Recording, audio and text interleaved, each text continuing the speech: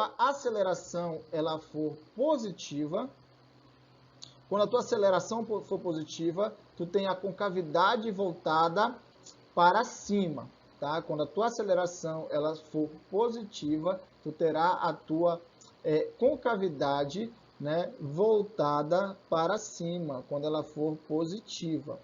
E aí é o seguinte, eu vou dividir esse movimento em duas partes. A primeira parte aqui, você vê essa reta aqui, né, a posição pelo tempo, isso aqui está simbolizando a tua velocidade. Aqui a tua velocidade está diminuindo essa inclinação aí. Isso quer dizer que a tua velocidade é negativa, o movimento ele é retrógrado. Aqui a tua velocidade ela está aumentando aqui, ela está ficando cada vez mais positiva, o movimento progressivo, né? Mas observe o seguinte, olha, a velocidade está diminuindo, né?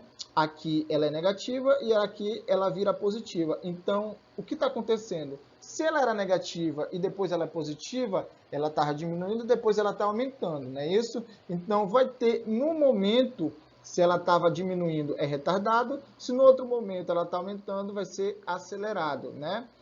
Onde é que muda, gente? Bem aqui, tá? Nesse ponto bem aqui, a velocidade ela vai valer 0.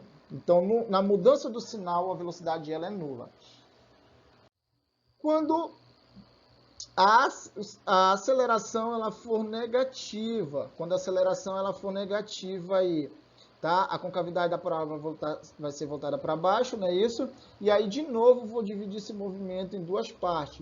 Vou colocar aqui, ó, uma inclinação aqui e uma inclinação aqui. Observe que aqui, olha, é progressivo, não é isso? Tá? É progressivo aqui porque o sinal da velocidade é positiva e nesse segundo aqui é retrógrado porque a velocidade é negativa, tá? Olha aí, então ele está no sentido, parou e depois foi para outro sentido. Se ele estava diminuindo e estava parando aqui, tá?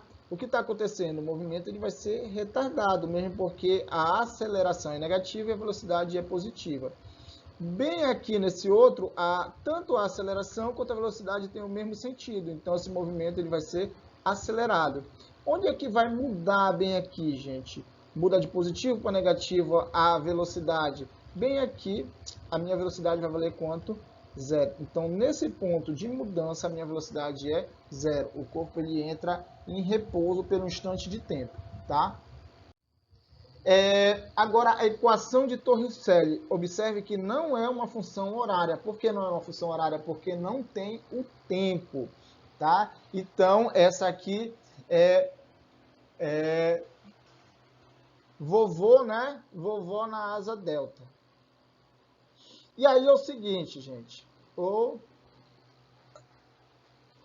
É o seguinte, essa função aí, ela é muito bom quando tu não necessita do tempo.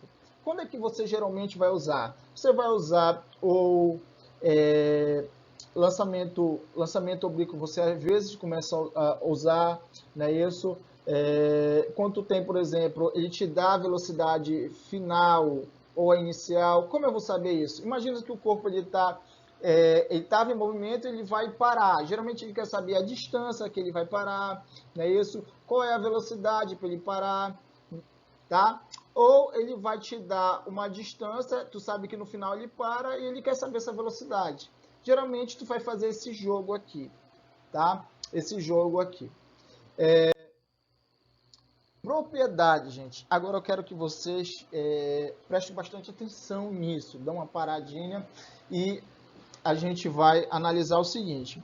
No movimento uniforme, dizemos que não há relação entre o quê? Entre a velocidade média, tá? E a média das velocidades. Então, aqui tu tem a média das velocidades, nesse primeiro aqui, né? Que é aquela média aritmética, que tu soma os dois e divide por 2. E a velocidade média, né? Isso que é o teu deslocamento, né? Pelo o tempo. Por sua vez, gente, olha aí. No movimento retilíneo uniformemente variado, essa relação ela é válida E por ser uma exceção, gente, é uma exceção, tá? Isso vai valer sempre? Vai valer no movimento retilíneo uniforme? Não, tá? Ela é uma exceção. E aí é o seguinte, ela é conhecida como propriedade do movimento retilíneo e uniformemente variado.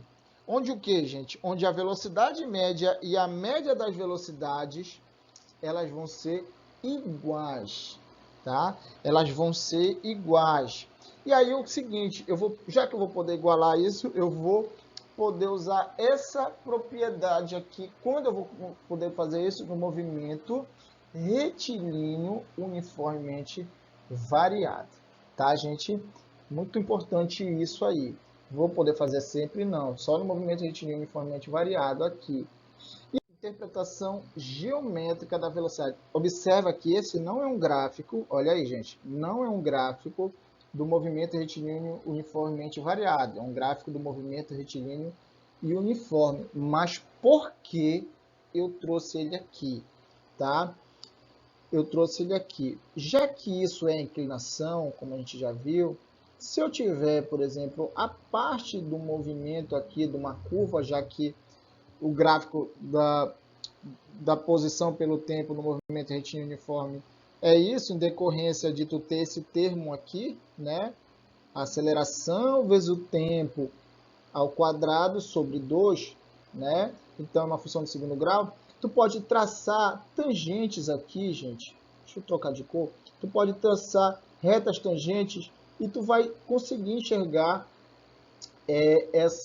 como está o comportamento da velocidade nesse ponto, tá, gente? Nesse ponto, decorrência que ela ser essa inclinação aí, tá? Tu pode fazer assim para tu tentar analisar se tu tiver, por exemplo, ele quer o valor num certo intervalo. Num certo intervalo, tu pode fazer isso, se o intervalo não for muito grande, né, e analisar o que está acontecendo lá para saber se a velocidade ela for positiva, se ela vai ser negativa naquele intervalo lá, gente. Tá? Outra coisa, agora, o gráfico da velocidade pelo tempo, não é isso? No movimento retilíneo uniformemente variado, o que significa, gente? O que vai significar aqui?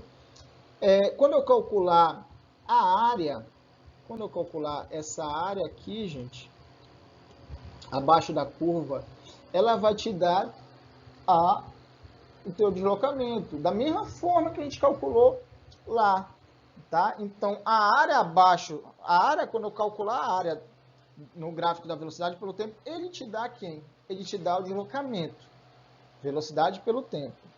Não esqueçam disso. Quando eu calcular essa inclinação, ele te dá a aceleração, tá, gente? Ele te dá a aceleração, isso no gráfico da velocidade pelo tempo. Por fim, gente, no gráfico da aceleração pelo tempo, quando eu calcular a área, não é isso? Eu terei quem? Eu terei a variação da minha velocidade. Eu quero saber como variou a velocidade. Calcula a área. Calcula a área, tá? Bora reunir as coisas num gráfico só? Olha aqui, ó. Inclinação. No gráfico do espaço pelo tempo, a gente dá quem? A velocidade. No gráfico da velocidade pelo tempo, ele te dá a aceleração. Aí o seguinte, gente, no gráfico da aceleração pelo tempo, a inclinação não te dá nada, nenhuma informação física, tá? Nenhuma informação física, não vai te dar nada. Agora a área aqui, de novo no gráfico, vou calcular a área no gráfico do espaço pelo tempo, não te dá nada. Nada, nada, nada, gente. Nada. Agora, no gráfico, quando eu calcular a área da velocidade pelo tempo, eu tenho quem? Meu deslocamento. No gráfico, né, a área, tá, da aceleração pelo tempo, eu tenho o quê? A variação da velocidade. Como essa velocidade variou. Tá? Gente, grande abraço.